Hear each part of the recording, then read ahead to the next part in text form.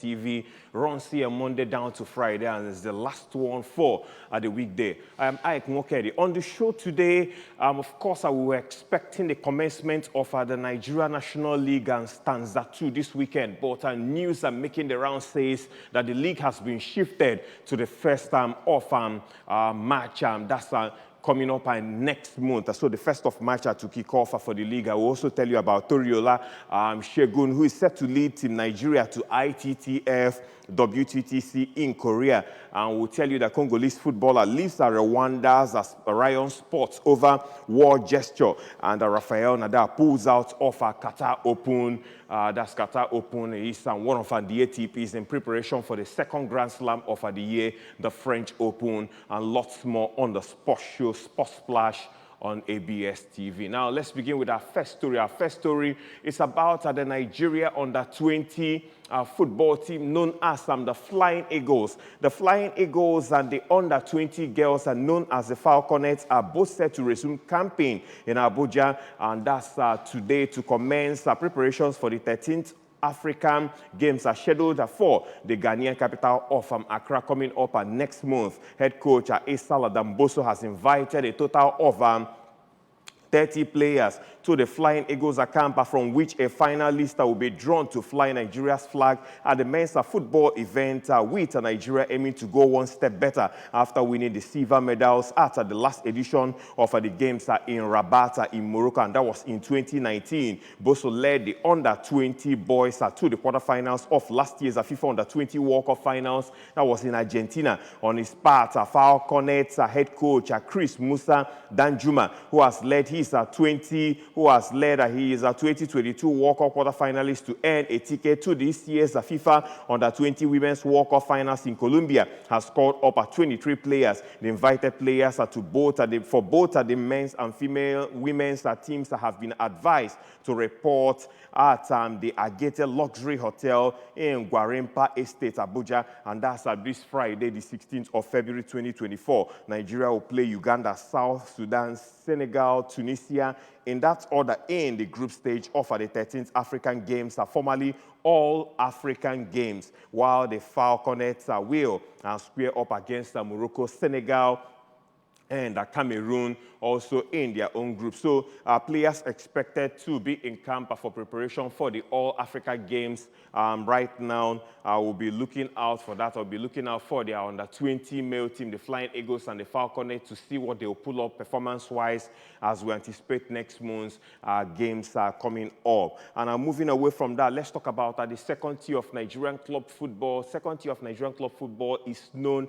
as the Nigeria National League, the NNL, as it is fondly called. The board of the Nigeria National League, the NNL, has resolved that the second stanza of the 2023-2024 season will resume on Friday, the 1st of March 2024. The second stanza was earlier expected to resume on Friday, the 16th of February 2024, rising from the meeting held on Wednesday, the 14th of February 2024 at the Nera Hotels at Jabi, Abuja. The NNL board has said that the shift in data for resumption of the second stanza of the league is to enable clubs to complete their mid-season registration and the medicals of such players. The board was full of appreciation to the NNL club owners for the cooperation and collaboration he received, and prayed for more support in the remaining part of the league season. The board also pledged to provide more enabling environment to all the 40 clubs to enable them prepare adequately in the league. And the board congratulated the Super Eagles for their determination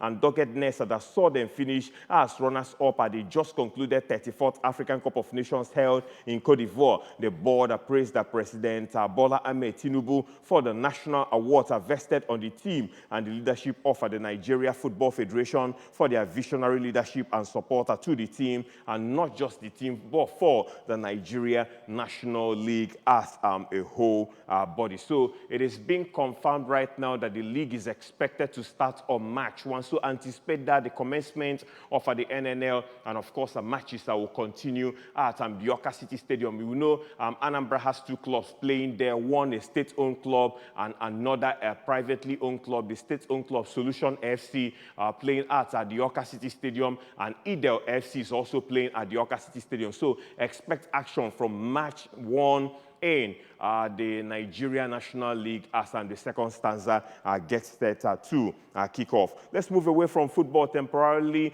Let's talk about table tennis. Table tennis legend Segun Toriola is expected to lead Nigeria contingent to the 2024 ITTF World Team Table Tennis Championship, the WTTC, taking place in Busan, South Korea between February 16th and 25th. According to the Nigeria Table Tennis Federation, Toriola was picked based on his wealth of experience coupled with his cordial relationship with most of the top players in the national team. With the former retirement of the former national team coach Nasiru Sule last year, Toriola became the best option for the federation as the best hand to handle the teams to the WTTC, which also serves as the qualifying tournament for the Paris 2024 Olympic Games. Toriola's name is synonymous with Nigeria, an African table tennis having won numerous African titles and appearing in 7 Olympic Games. At the Busan 2024 WTTC, the Nigerian men's team have been drawn against Japan, Chinese Taipei, Czech Republic, and Madagascar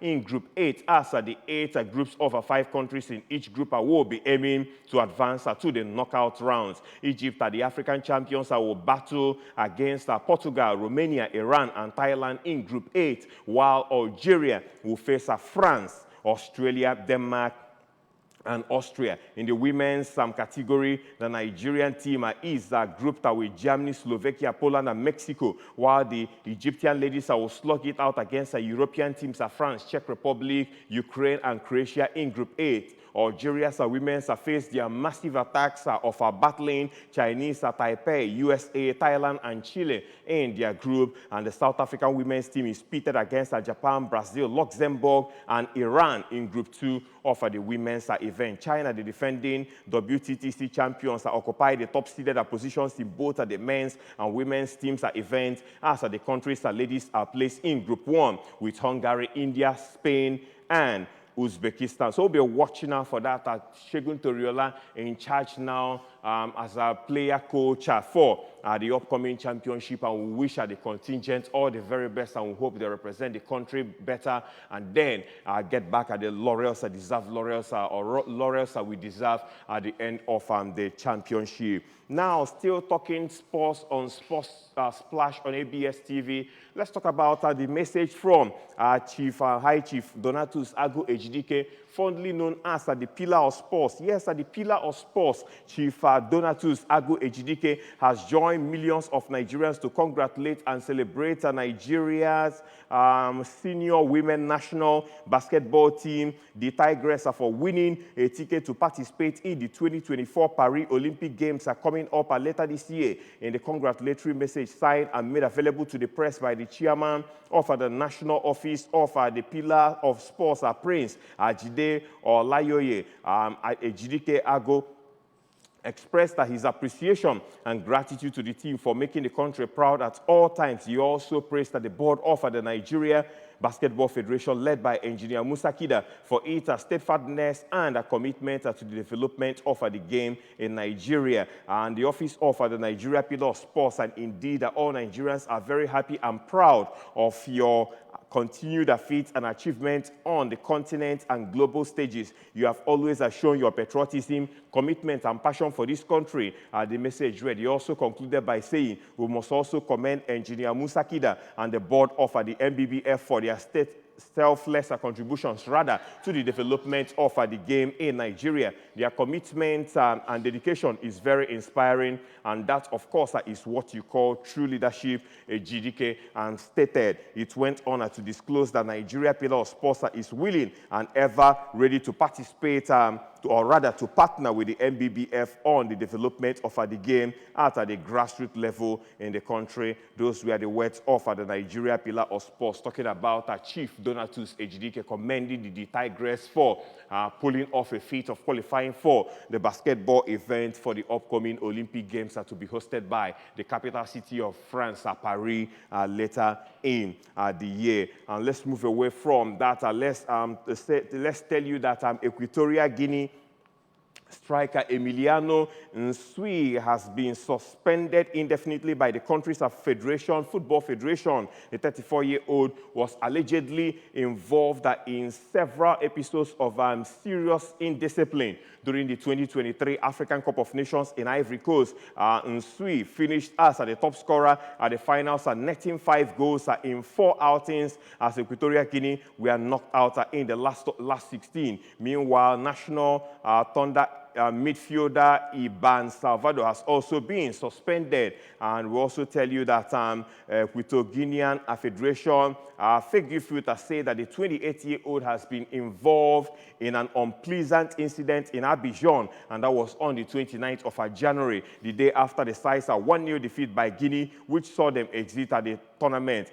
Fake filter said Ivorian police had to intervene, and the incident delayed the squad's return to Equatorial Guinea. Nsui was in Abidjan on Sunday to collect the Golden Boot following Ivory Coast victory over Nigeria in the Nations Cup final. The intercity player who once had spells at Birmingham City and Middlesbrough is the country's all-time top international scorer with 22 goals, and the National Thunder's next competitive fixtures will be in June when 26 World Cup qualifiers are scheduled for them. So we'll be watching out for them. But the news is that Emiliano Nsui is in a lot of trouble right now, and it's about being fined by the Federation Feguifit for a case of indiscipline we hear. Well, let's talk about this news story. Let's tell you that a Congolese footballer has landed back in his home country after a political gesture appeared to cost him his place at a top Rwandan club we hear. And Ryan Sports says it has parted ways with midfielder Heritia Luvumbu, according to reports. And we hear that hours earlier, he had been given a 6-month ban over a gesture that expressed solidarity with war victims in the Democratic Republic of Congo. And DR Congo, the US and UN experts accused Rwanda of backing the M23 rebel group, which is causing havoc in the east. And Rwanda has consistently denied the allegation, and hundreds of thousands have fled their homes in the past fortnight. Luvumbu landed in trouble after pointedly covering his mouth with his left hand while pointing his fingers to his temple and mimicking a gun after scoring from a free kick in Sunday's game against Police FC. The same gesture has been made days before DR Congo's national team before kickoff at their African Cup of Nations semi-finals against Ivory Coast, and he has landed him in big trouble right now. But let's see as he goes and what will be his fate in the days to come for his football career. Now he is back in his country home. And still talking about players in the foreign legion, Zambia's Rachel Kundananji has become the most expensive women's footballer in history after joining Bay FC from Madrid CFF for $860,000. The forward, who scored 33 goals in 43 Liga F games for Madrid, has agreed a 4-year deal with the American club with the option of a further year. And Bay FC will make their National Women's Soccer League debut this year. We hear Kundananji, 23 years of age, becomes the first African player, male or female, to break a world transfer record. England midfielder Kira Walsh was previously the most expensive women's player, following her £400,000 switch from Manchester City to Barcelona, and that was in 2022. That could be surpassed by Chelsea's deal to sign Colombia striker Mayra Ramirez from Levante for an initial £384,000 with add-ons potentially taking it up to £426,600 £426,600. However, that fee will now be a distant second following the landmark deal to take Kundananji from Spain to San Jose, where Bay FC will play their home games, and Bay FC will make their National Women's Soccer League debut this year, and Kunda Nanji becomes the first-time African player, male or female, to break that record we hear. And Kunda Nanji's path to breaking a women's transfer record has been described as simply amazing and scintillating. And Kunda Nanji began her career with a Zambia side in Den Roses before moving to BIIK Kazigrat in Kazakhstan, and that was in 2019, where she first played in the Women's Champions League. And 2 years later, she joined a Spanish top flight side AEBA, and 8 league goals in her only season with the basket club. And the pacey forward, they moved to Real Madrid, and she scored 25 goals in 29 league games to help Madrid CFF to a 5th place finish and the best in their history last season, and has added another 8 in 14 league matches this campaign. And Kunda Nanji also played and scored at the 2023 Women's World Cup and has 10 goals in 18 games for Zambia. The latest big move, latest big money move adds to the record spending in the women's game, with a world governing body FIFA reporting that transfer fees are totaling $2.1 million in January, and a 165.5% increase on January 2023. That is despite the number of international transfers rising by 0.3% from 12 months ago. And Kunda Nanji joins a Nigeria striker Sisa Toshoala and former Arsenal defender Jean Betia at Bay FC after both players signed deals with the club earlier this month. You're watching Sports Splash on ABS TV. We'll take a short break. We'll come back on the show. We'll talk about tennis. I will also tell you about a Kenyan athlete who, of course, had a doping violation and been banned for 8 years. We'll also be telling you about Christian Horner in Formula One. Rafael Nadal is also in the news. And then we'll tell you about the expensive squad based on UEFA reports in football. That's all coming up on the flip side of a Sports Splash after this short break. We'll be right back.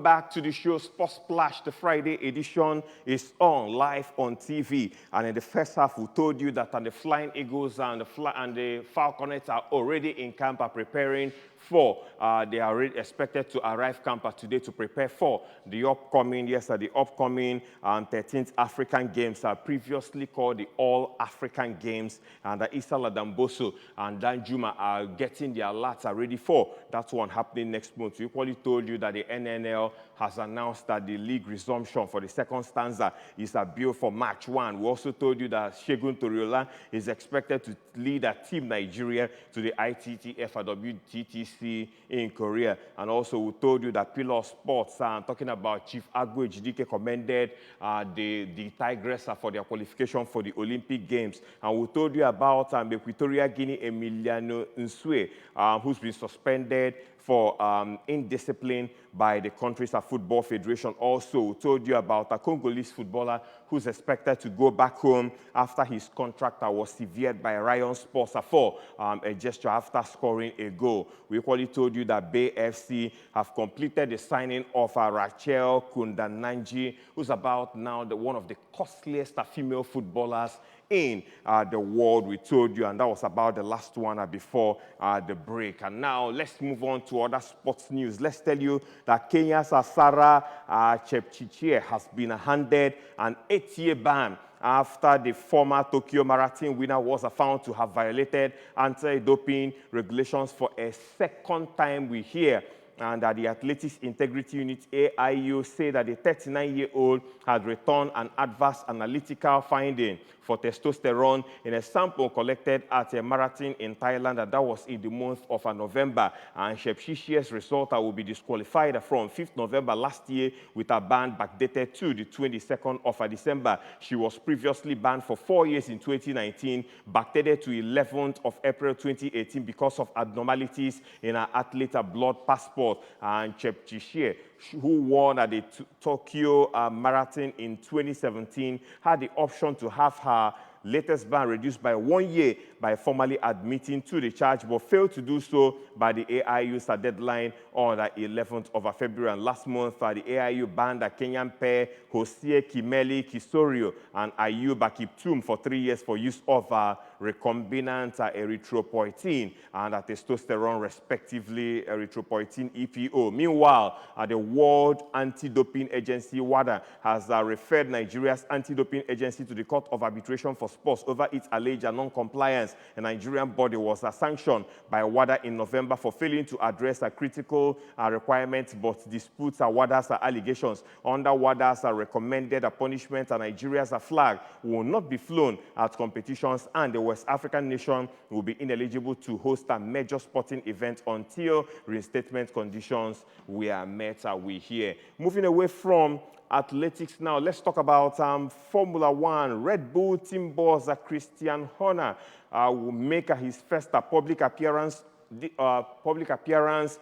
since a complaint of inappropriate behavior was made against him. The 50-year-old is under investigation by the Red Bull, but is expected to be at the launch of the team's new Formula One car. We hear he was interviewed by an independent lawyer on Friday over claims about his behavior towards a female employee. Horner, who has led the team since 2005, has denied the allegation. It is not known whether Horner will address the claims against him directly in interviews at the launch of the RB20 car at the Red Bull's Milton Keynes factory. But the presence will overshadow the event. He's unlikely to be able to comment specifically on the allegations, but there will inevitably be a focus on attention in inquiries towards him and drivers Max Verstappen and his teammate Sergio Perez will hear. And Red Bull's parent company has said it takes the allegations against Horner extremely seriously and added it would not be appropriate to comment before the investigation is completed. Friday's hearing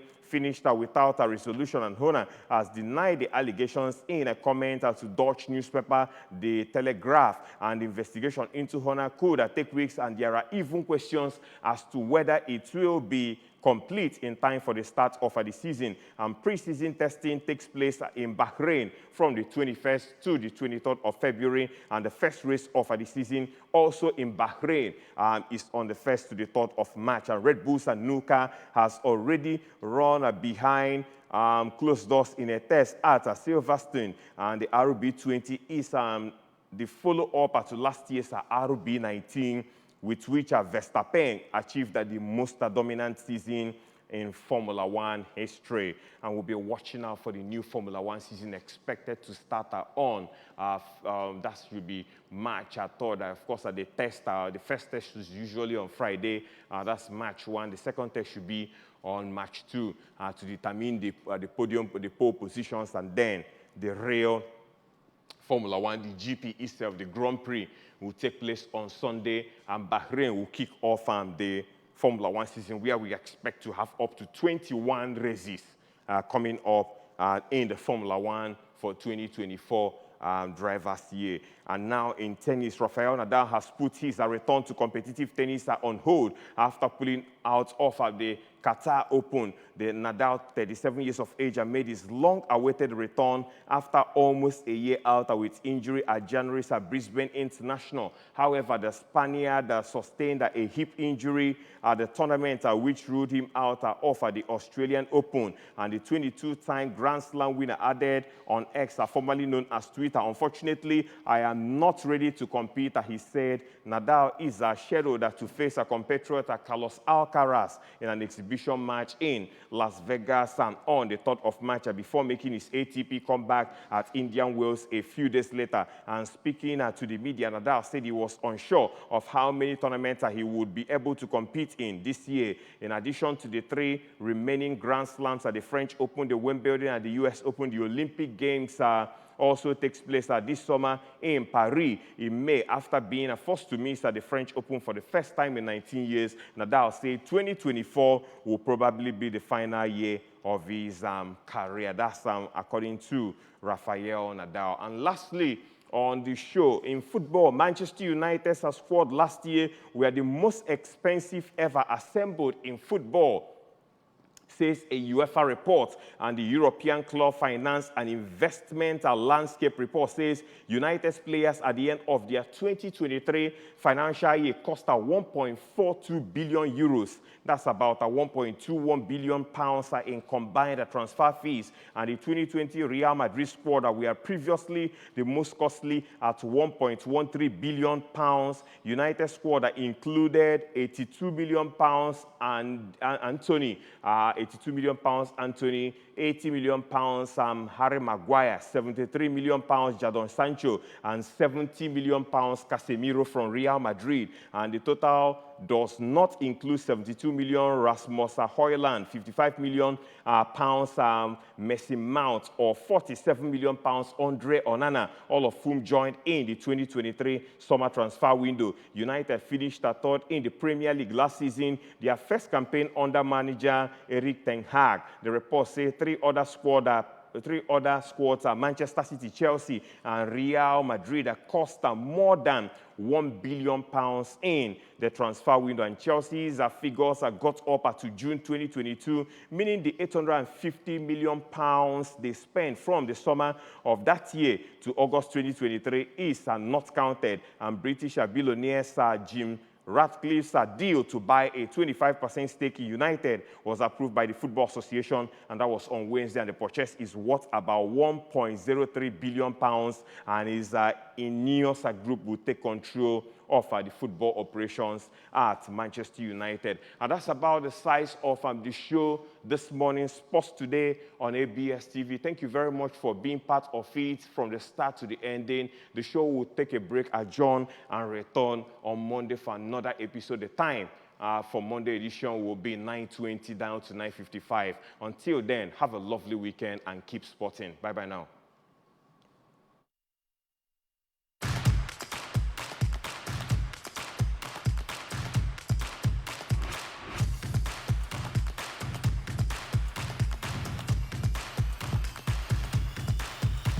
All my friends have gone home. I was thinking you can give me a ride. Me? Give you a ride in my car? Oh, yes. There's something we can do. Yeah. You go to the lawyer and tell him to file a divorce suit for both of us. And you will see I will jump into the sky for joy. Yes, of course I am. Don't touch me. How can you do that? I am crazy for your love. I want to talk to both of you. No. He's the one that needs counseling, not me.